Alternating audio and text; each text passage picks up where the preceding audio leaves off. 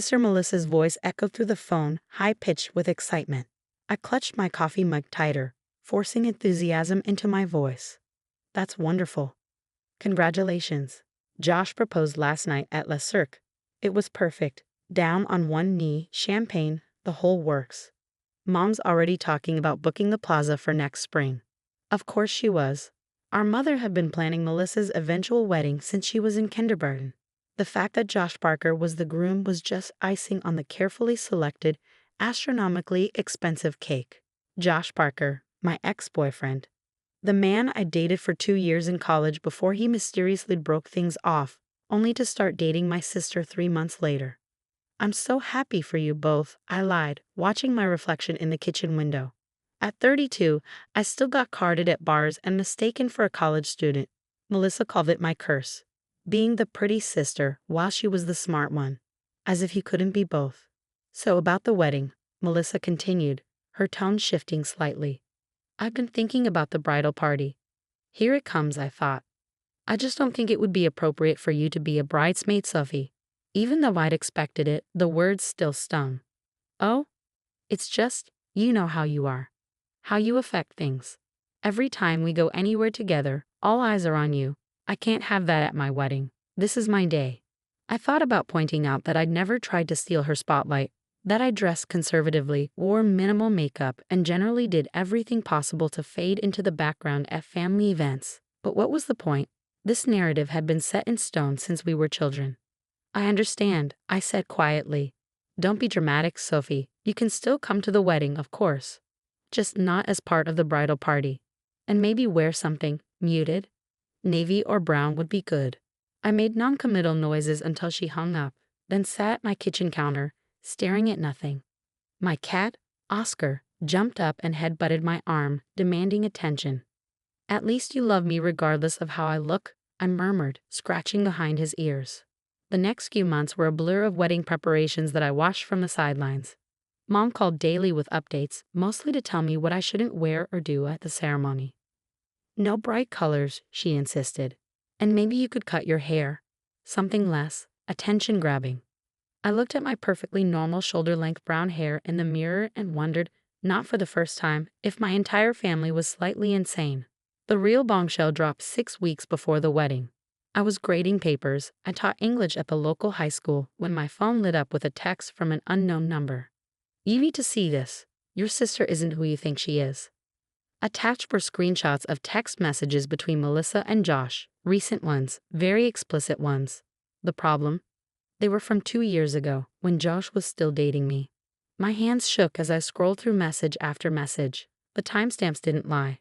While I was planning our future together, Josh had been sleeping with my sister. Their relationship hadn't started after we broke up. It had been the reason we broke up.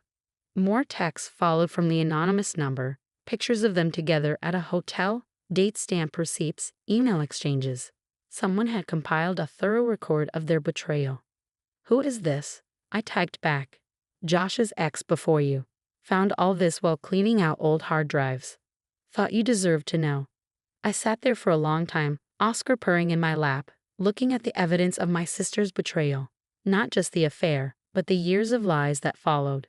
The family dinners where they played the perfect couple while I nursed my broken heart. The sympathetic looks from relatives who thought I just couldn't keep a man while my brilliant sister had landed him. The next day, I got a call from my mother. Sophie, darling, about the wedding. Melissa's having second thoughts about inviting you at all. I clutched the phone tighter. What? Well, she's worried you might make a scene. You've been acting strange lately, distant. And you know how you can get emotional. I thought about the screenshots sitting in my phone. About years of being gaslit and marginalized by my own family. About the perfect wedding being planned for my sister and the man she'd stolen from me. Don't worry, Mom, I said calmly. I promise I won't do anything to ruin Melissa's perfect day. I spent the next few weeks quietly preparing. I didn't protest when the wedding invitation was rescinded.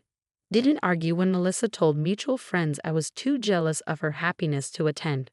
I just smiled and focused on my work and adopted another cat, a beautiful white Persian I named Lady.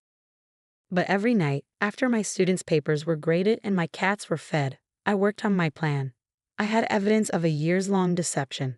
The question was, What would hurt more, revealing it before the wedding and stopping the ceremony, or waiting until after they'd said their vows?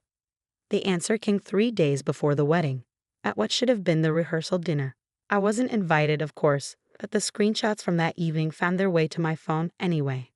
Melissa, radiant in a designer dress, toasting her perfect love story. Josh, handsome in his tuxedo, describing how he'd known she was the one from the moment they met, conveniently leaving out that he'd been dating her sister at the time. And then the final straw, my mother's speech about how Melissa and Josh were meant to be and how wonderful it was that they found each other at the right time. I looked at my cats, curled up together on my couch, then at the stack of evidence on my coffee table. What do you think? I asked them, before or after.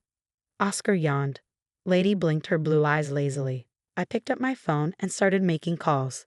If I was going to crash a wedding, I was going to do it right. 2 days before the ceremony, I visited my favorite salon. Not for a dowdy haircut as my mother had suggested, but for subtle highlights that made my brown hair shimmer gold in the light. I booked a spa day, had my nails done, and went shopping. The dress I chose wasn't navy or brown. It was a deep, rich burgundy that made my skin glow and my green eyes pop. Not white. I wasn't that tacky, but absolutely guaranteed to draw attention. You can't avoid photographs in this, the boutique owner warned me. I smiled, thinking of the photos and screenshots carefully organized on my iPad. That's rather the point.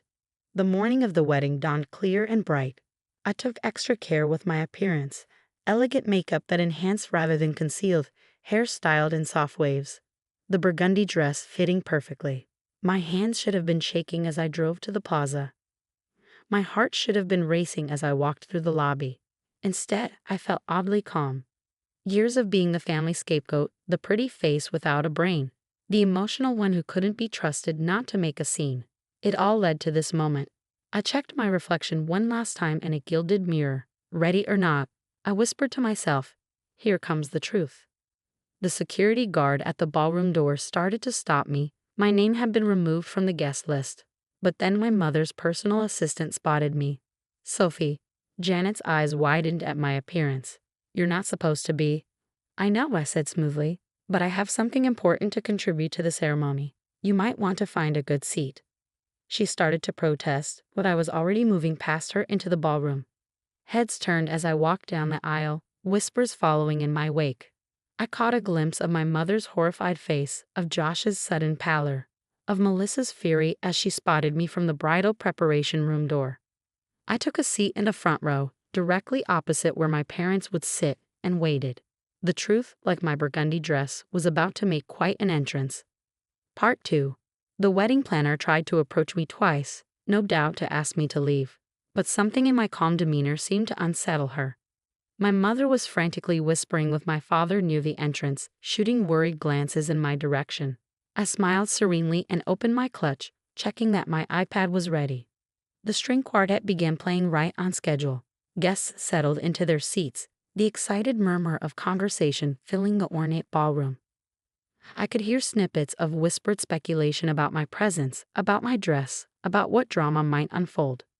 Josh appeared at the altar, handsome in his tuxedo but noticeably pale. Our eyes met briefly, and I saw the flash of fear cross his face. He knew me well enough to know I wouldn't be here without a reason. The bridesmaids processed in wearing the pale pink dresses Melissa had chosen. I recognized most of them, college friends, cousins, and our youngest sister Amy, who'd been deemed plain enough to be included in the bridal party. Amy caught my eye as she passed, giving me a slight nod. She at least had always seen through Melissa's manipulations. Then the music changed to the bridal march and everyone stood. Melissa appeared in the doorway on our father's arm, resplendent in a custom Vera wine gown that probably cost more than my yearly salary. She looked beautiful, I had to admit, right up until she spotted me and her face contorted with barely concealed rage. I remained seated as she passed, earning more whispers from the crowd. Let them whisper. They'd be doing much more than that soon enough. The ceremony began traditionally enough. The officiant spoke about love and commitment, about honesty and trust. Each word seemed to hang in the air like an accusation. When he reached the familiar "speak now or forever hold your peace" line, I saw my mother tense, probably expecting me to jump up with some emotional outburst. But I waited. This wasn't the moment. Melissa and Josh exchanged their vows. Beautiful, heartfelt promises of faithfulness and devotion that made me want to laugh at the irony. They exchanged rings. They were pronounced husband and wife. It was only after their first kiss as a married couple, as they turned to face their guests with triumphant smiles, that I stood up. "I'd like to offer my congratulations," I said clearly, my voice carrying in the sudden silence. "And I have a special presentation for the happy couple." Before anyone could stop me, I pulled out my iPad and connected it to the ballroom's professional AV system. Courtesy of a very helpful tech I befriended during my preparation, the giant screens meant for displaying wedding photos flickered to life. "Sophie, don't you dare," Melissa started, but it was too late. The first screenshot appeared. A text conversation between her and Josh from exactly 3 years ago. The timestamp was clearly visible. "Josh, miss you already. Last night was amazing, Melissa. We have to be careful. Sophie suspects something. Josh, I'll break up with her soon. Just need to find the right moment. Melissa, make it believable. We can't start dating too quickly after." The crowd gasped. I clicked to the next image. Photos of them together at a hotel, dated 2 weeks before Josh broke up with me. Then email exchanges. Hotel receipts. A 2-year trail of deception laid bare. Since the bride and groom chose to rewrite their love story, I said into the shocked silence, I thought everyone should know the original version. How they really found each other, while Josh was still dating me. Chaos erupted. Melissa was screaming something about security, but her voice was drowned out by the reactions of their guests. Josh's parents, who had never quite warmed to Melissa, were on their feet demanding explanations. My mother had collapsed into her chair, while my father stood frozen, staring at the evidence of his favorite daughter's betrayal. "You crazy bitch," Melissa shrieked, starting toward me with her bouquet raised like a weapon. "You're just jealous. You've always been jealous." "Jealous?" I laughed, and a sound carried clearly through the stunned ballroom. "Of what?" "Your affair with my boyfriend. Your need to lie and manipulate to get what you want. The way you've made our entire family complicit in your deception."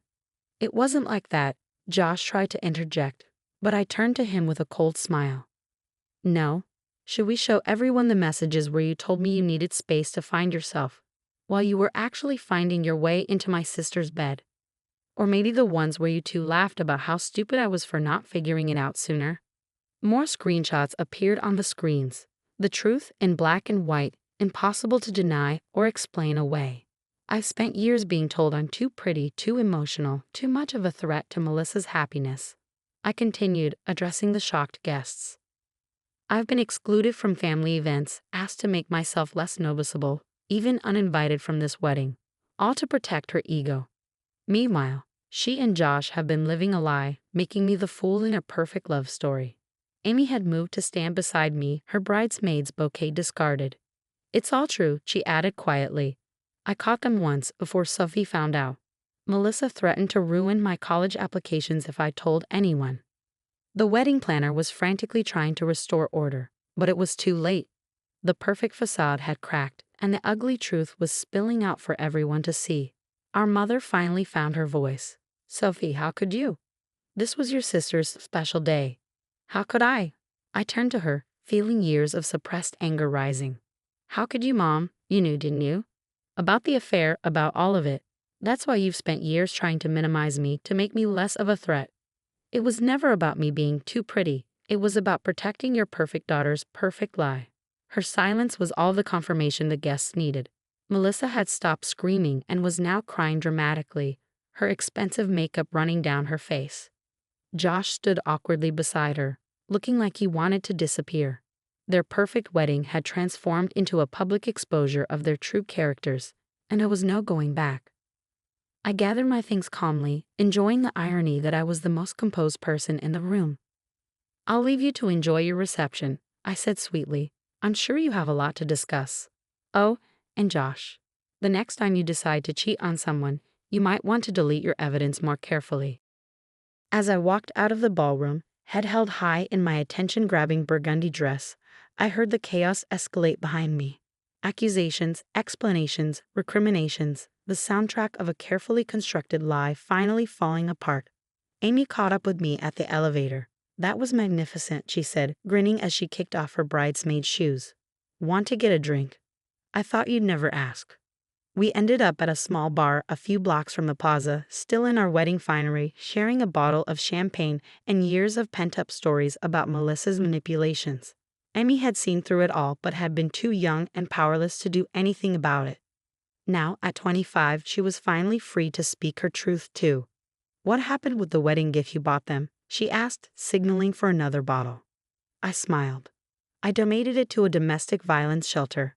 Seemed more appropriate than letting them enjoy it.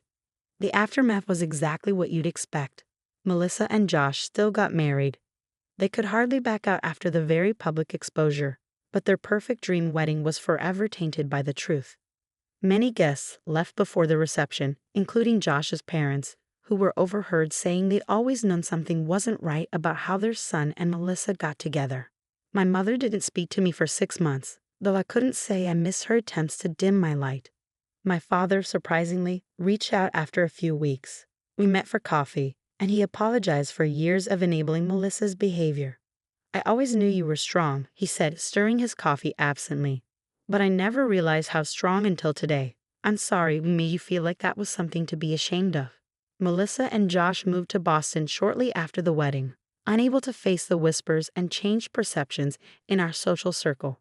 Last I heard, she was pregnant with their first child and still telling anyone who would listen that I made everything up out of jealousy. But the screenshots don't lie, and several wedding guests had recorded my presentation. The truth has a way of living on, especially in the digital age. Emmy moved in with me temporarily after the wedding, finally breaking free from our mother's manipulative influence. We'd adopted a third cat, a scrappy rescue we named Truth, and started building the kind of honest, supportive relationship sisters should have. As for me, I'm still teaching English, still getting carded at bars, and still refusing to dim my light for anyone. My students sometimes ask why I smile when they're reading the picture